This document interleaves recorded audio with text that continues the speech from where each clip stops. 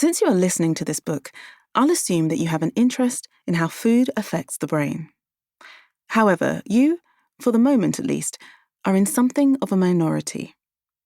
When we think about the things that increase someone's risk of, say, depression, we typically consider their past experiences, their current relationships, their future hopes.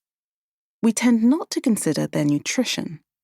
And that's not just the general public.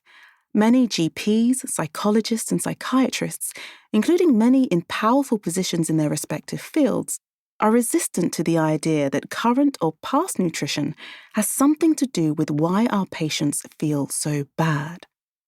So why do we find it so hard to think about food in this way?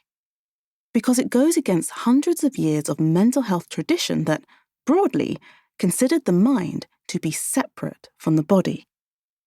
Before the modern era of neuroscience and psychology, mental illness was understood to be evidence of the supernatural, a sign of demonic possession, unhappy deities, or vengeful curses. As far back as 6,500 BC, it was common to drill holes in the skull to aid the release of the evil spirits that had become trapped there and were believed to be responsible for the symptoms of mental illness, a practice called trephination. These supernatural beliefs were widespread, with evidence of trephination uncovered in ancient burial sites in Peru, France, Kenya, and China, and such beliefs are well documented in the Old and New Testaments. The Book of Deuteronomy, for example, describes mental illness as a punishment from God, with the Israelites warned that the Lord shall smite thee with madness should they misbehave. At various points, early modern thinkers dabbled with the idea that there may instead be a physical basis rather than a supernatural one for mental health problems. For the ancient Egyptians, Mesopotamians, and ancient Greeks, mental illness in women was evidence of a wandering uterus. The term hysteria takes its name from the ancient Greek hystera, meaning womb. The Greek physician Hippocrates, circa 460 to around 377 BC, wrote that, if a woman's uterus moves against her liver, she will suddenly lose her speech, grind her teeth, and take on a livid colouring.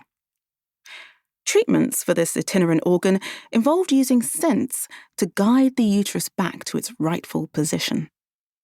The term hysteria was later borrowed into early psychoanalysis, which ascribed neurosis, particularly in women, to repressed memories or sexual urges. And it was the same Hippocrates who came up with the idea of the four humours to explain mental illness, whereby symptoms were attributed to an imbalance of bodily fluids. In this tradition, for example, an excess of black bile was believed to make someone melancholic. The cure was to rebalance the fluids through such perilous and ineffective treatments as purging and bloodletting.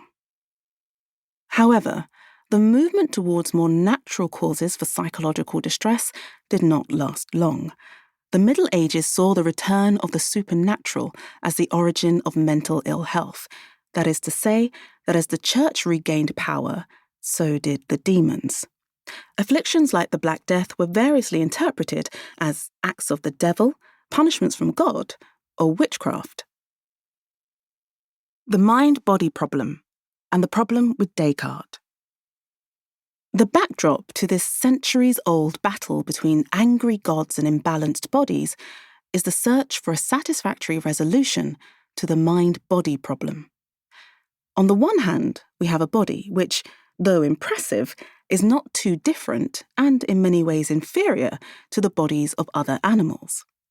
Yet, we possess a mind that is capable of seemingly unique human faculties, imagination, emotion, language, and so on.